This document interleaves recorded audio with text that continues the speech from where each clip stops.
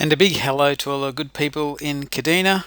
It's Graham Anderson here, giving just a climate update for autumn 2016. Okay, well, I speak to a lot of farmers around the place, and they all say, listen, one thing we want is better forecasts. And believe it or not, forecasts are getting better. Bigger computers, lots more data points, a lot of better understanding of what drives our seasons. So that's all good. But there's also important, it's about improving our climate literacy so we understand forecasts. And that's sort of part of what today's talk's a little bit about. And also, I guess, no matter what the weather throws at us, there's a big thing that's under the control of farmers, which is really the seasonal risk tools, tactics, decisions that just deal with whatever the weather throws at us. So that's what you guys are really good at. And I guess really today is just a bit of a quick update, and it's brought to you, I guess, by a new project which is around just improving how we get good climate variability information out in the hands of farmers. So just a quick review, March rainfall in South Australia. So we can see here anything over the yellow is more than 25 mil. So you can see a bit of a zone here of 25 mil and less, but also some areas which got over 50 mil during March. So some places off to a good start already. Now here we've got summer rainfall, December, January, February for South Australia. I'll just explain deciles. Decile 1 is where the rainfall for summer was the equivalent of the driest 10% of summers, and decile 10 is where it's rained somewhere and it's the equivalent of the wettest 10% of summers, which is some parts up here. But largely you can see a lot of average, and a few places got a bit wetter, and a few places just sitting on decile 2, 3. Just looking at the last 12 months, so 2015, we can see there's a bit of a mixed bag around the place. Down further south, a lot of decile 1, which is driest 10% of years, and you can see you didn't have to travel too far to your north, and you had places which were actually up to decile 8, 9 or 10. So very event driven last year, and some areas getting dry, but some areas having some good rainfall. If we look at the last 2 years, so that's 2014 and 15, we can sort of see again that similar pattern, dry area. Some areas here in Western Victoria, southern South Australia, lowest 2-year period of rain on record. But again, you don't have to travel too far north where it's been largely average. So we'll talk a little bit about what's behind that. We all remember 2010-11, that was the wettest 2-year period in Australia's history, and it wasn't just wet in your part of the world, it was wet all the way up to Northern Australia. So one of the big things we'll talk about is where did all that moisture come from, and what's the difference between these really wet years and dry years. So we'll talk about where all that moisture came from. And there's a longer term story too, especially for parts of southern Australia. This is just referring to that sort of growing season rainfall, April to October. But since 97, compared to longer term records, parts of southern Australia has had a fairly dry and lowest sort of growing season on record. So we're in a bit of a period where that's happening a bit more often. Also, you don't have to go too far north where that's been more like the long term average. So we'll just talk about what the climate scientist thinks going on there. Now we've got here a long-term rainfall record for Kudina. Now this goes back to 1876, starting here all the way through to 2015, and it's an anomaly graph. So what you can see here is the long-term average, which is 386 millimeters is that long-term average, and it just shows the years that are wetter or dry. So you can see some very wet years where over 600 millimeters they stand out, and also years that are around the 250 millimeters mark standard as well. So a lot of variability in that long-term record. As for long-term trends, you can see a few stages there around Federation drought, World War II, but a lot of variability in that pattern. And really when it looks to that last 20 years, I guess there's been a couple of dry years in there, but probably batting pretty well in terms of that average. For summer rainfall at Kudina, when we just look at those summer back to that longer term record, you can see started off with some dry summers, but a lot of variability there, and a pretty amazing summer back there in well, it must have been somewhere around the end of World War II. Very wetter there, and no trend of recent years. Really, the last few years have had just as many wet ones as dry summers, so all handy when they happen. Autumn rainfall, a lot of variability in that pattern there. Probably a run of poorer autumns there at the end of the 70s, and probably we see a bit of this in southeastern Australia, where autumn since the 80s has been not as reliable. But again, if you look at the last 10 years, you had 6 autumns there that are above average, and I know a lot of farmers would swap with you, so that's a pretty good run at Kudina. Winter rainfall, again, bit of a soggy run there earlier, again around 1900s or so. But looking at more recent years, pretty variable. I guess there's only been probably one wet winter in that last 10, but not a strong trend by any means. So yeah, winter's travelling okay. And spring variable, 93 millimeters, the long-term average. A few wetter ones there, but we can sort of see your last 4 or 5 springs have been drier than average. Prior to that, a couple of wetter ones, so you'd be looking forward to a wetter one at any stage soon. So that's not a bad record there at Kudina, pretty good average. There's certainly other places around southeast Australia that have had a few more dry years thrown into the mix than at Kudina. Now, here's the 4 big drivers of our wetter or dry years. You can see here weather events circulating around southern Australia, the southern annular mode, lots of cold fronts there, and they're really important triggers for rainfall. But one of the things that's typical of wetter years is we get a much better flow of moisture out of these really warm oceans. We've got El Nino southern oscillation. Some years it sends us a lot more moisture, and they're La Nina years, and other years, the El Nino years, the moisture flow is broken down or it heads the other way. So that moisture is a really key part, that it not only is it the weather events we get, but also is there a good feed of moisture coming in for winter and spring rainfall. And the same with the Indian Ocean dipole. It can be really helpful some years for moisture flow, or other years it doesn't play ball. In drought like 2006, we had an El Nino in the Pacific, less moisture from here. The IOD was also in its dry phase, so there's just less moisture to make rain in those sort of winter-spring periods. In spring 2010, La Nina in the Pacific, plenty of moisture barreling in, and the IOD was also in its wetter phase. It had plenty of moisture as well, so in those years they're really wetter. So I guess part of seasonal forecasting is around understanding the preconditions for how these oceans are setting themselves. Now, just to show the effect of some of these oceans on moisture flow, we're just looking at a dry pattern here from September 2006. Now, what we're looking at is a sea surface temperature anomaly map. Now, these oceans along the equator are always a lot warmer than swimming down the south here, but this is an anomaly map. So it's just showing areas of ocean that are warmer or cooler than long-term record back at September 2006.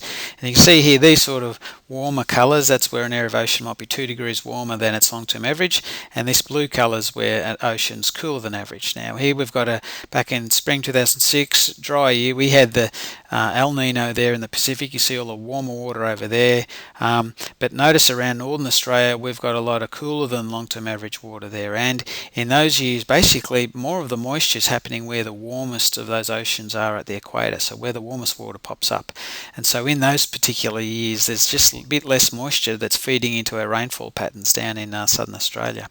Now, what I want you to do is just have a quick look at this area to the north of Australia and watch as we look at say the wetter spring of 2010. See if you notice any difference. Well, there you go. That's you can just see the difference. Big La Nina there in October 2010. Cooler water over here, but really warm oceans over this side, which means plenty of moisture being generated by the warmer ocean feeding into our weather patterns. So that's just one of the things that's behind these, I guess, seasonal forecasts, and it's particularly important for our part of the world in that sort of late winter and into spring about how much moisture those oceans are sending our way. Now, what we'll just look at is we'll look and see what's happened in your district in those previous El Nino and La Nina or Indian Ocean dipole events. And one thing to remember is that in normal long term, a third of the years are deciles 1 to 3, and the dry deciles. A third of the years are wetter in decile 8 to 10, or a third average. So we'll just look and see if there was any difference in these El Nino or IOD years. So looking at Kudina's rainfall we're looking at those what's happened there in El Nino years. So when there's an El Nino year, this is looking at winter and spring rainfall. You can see there's less moisture coming out of the Pacific, and Eastern Australia is usually drier. When we look at those 33 El Nino events in this August-October periods at Kudina, rather than a third of those springs being decile 1 to 3, 2 out of 3 were decile 1 to 3, so it doubles the chance of a dry spring. But you can see at Kudina there's still probably 1 in 5 El Ninos were wet. 1 in 5 were probably average. So still a chance. It just means that there's a source of moisture coming from somewhere else, probably the Indian Ocean in those years.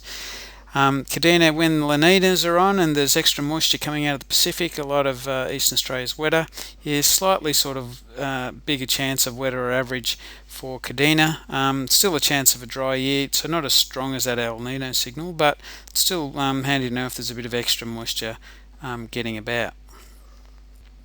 Now in Indian Ocean dipole, important influence here, we can see that when the Indian Ocean dipole is in its positive phase, which means it's being less helpful and a bit less moisture coming to this part of Australia, you can see at Kudina in those 27 years when it's done that, August-October rainfall, rather than a third of those years being decile 1 to 3, almost half of them were.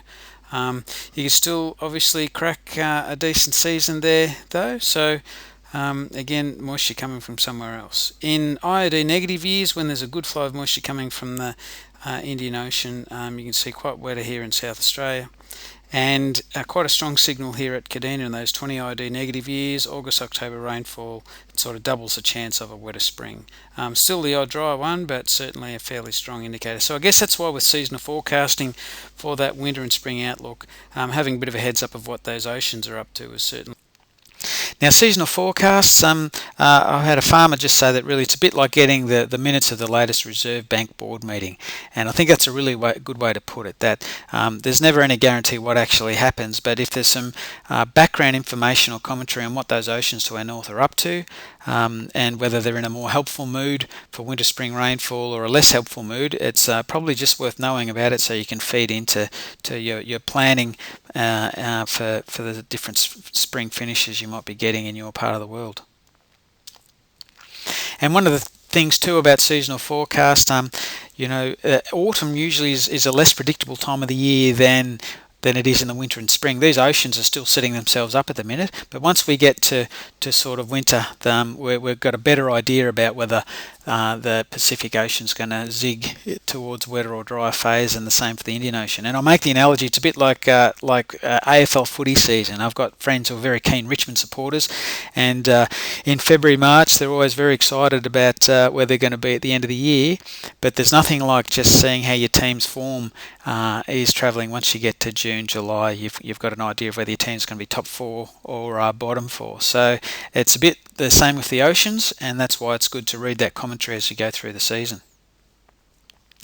And we provide a bit of that commentary too. The break and the fast break newsletter, Dale Gray, our seasonal risk agronomist, does a great job of those, and I'll show you where you can keep track of some of that in terms of how these larger climate drivers are shaping up from one year to the next. And one of the things that are in the fast break, we've got a table here, and I'll just explain what this is. This has just been done for South Australia, and basically here along the top we've got a number of the different global seasonal forecast models. So we've got the European seasonal forecast model, the Bureau of Meteorology Australian model, the Japanese, a couple of USA ones, NASA, Japanese. All of those are a different outlook on seasonal forecast. Now these will run in March or May. This is actually the forecast month, so April, May, June, April, May, June, March, April, May. And this is where they're saying, well, what's happening out in the Pacific Ocean? So there's a number of oceans they're thinking for the next few months it's still a bit of an El Nino that's starting to cool off.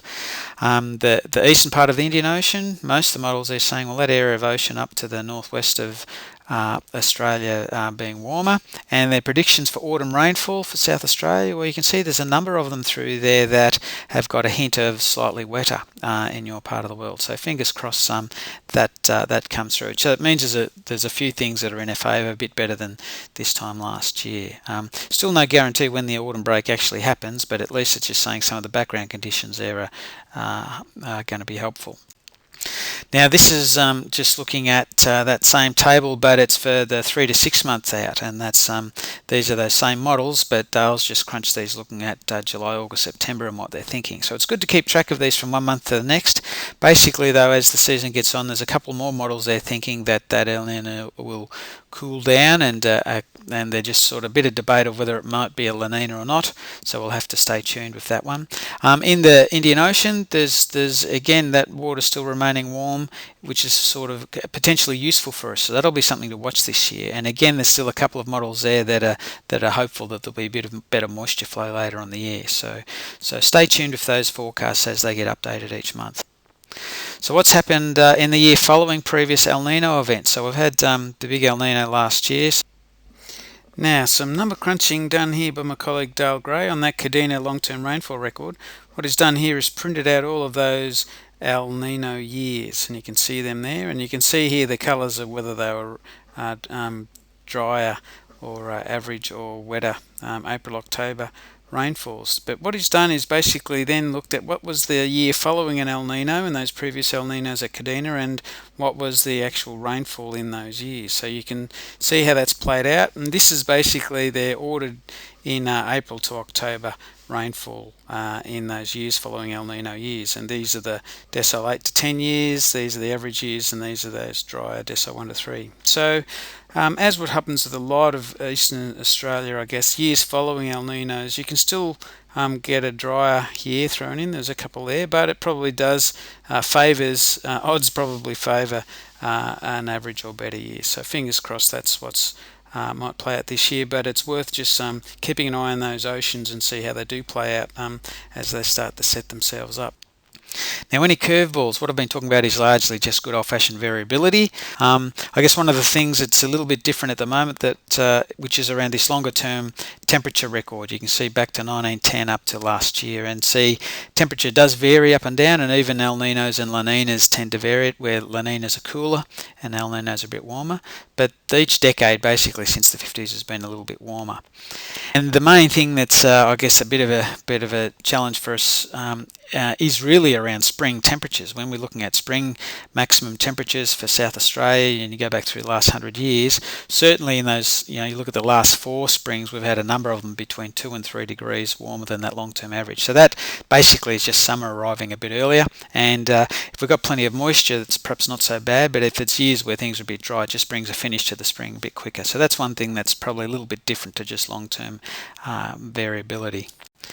Also, with that, while we've got warmer days, the issue of frosts and late frosts is still a bigger risk as ever, and I guess that's one of the things that we're dealing with too about. And it's usually comes with that sort of, when we get that settled, where the high pressure pattern, not only is it dry and warmer during the day, but we've got a chance of picking up spring frosts. So that's something we're dealing with at the moment. And that's, I guess, that trend in the pressure pattern since the 50s. The Bureau's sort of doing a lot of measurement and picking up that there's the increase in pressure pattern over southern Australia, and that's sort of part of what's probably giving us a few more bumpy springs, and also with that frost issue. And here's that basically that pressure, southern Australian pressure. You can see it's quite variable from 1950 through to 2015, and you can sort of see the big El Ninos. There's a higher pressure over southern Australia. We've got the 97, 98 and the 06 El Nino, and but last year. So one of the things though, that while there's variability there's just every sort of 20 years or so it just nudges up in terms of a higher pressure over this southern part of Australia. And I guess you might have seen this. This is just some recent sort of work on looking at rainfall zones and summer dominant rainfall versus uniform and winter dominant rainfall. So that's not a bad little paper there, just talking about how since 2000 basically some of our rainfall zones have shifted south compared to long-term average. Now, farmers are used to variable seasons, and they've had a lot thrown at them in the last decade. And whatever we get thrown at next, it's good to look at all the things that are under our control. And really, farmers have done a great job at managing that variability. And these are the sort of things that we'll need to keep on doing to manage whatever the weather throws at us. And we've got modern technologies, equipment, genetics, all those sort of things are improving, helping us deal with variable seasons. Improved sort of farm infrastructure and regional infrastructure, on-farm storage. They're all things which help us. Business management for variable years and incomes has been a really key bit to how some farmers are really managing this variability of weather, and also just things like conservation tillage, better soil health. They've been really important in terms of how we store moisture and keep it there for our crops to use, and things soil probes and how we manage seasonal risk by doing all of that. Weed control over summer, storing that moisture. It's really a credit to farmers and how well they're managing variability in this day and age. So we'll need to keep doing all of that, and good luck with the year ahead.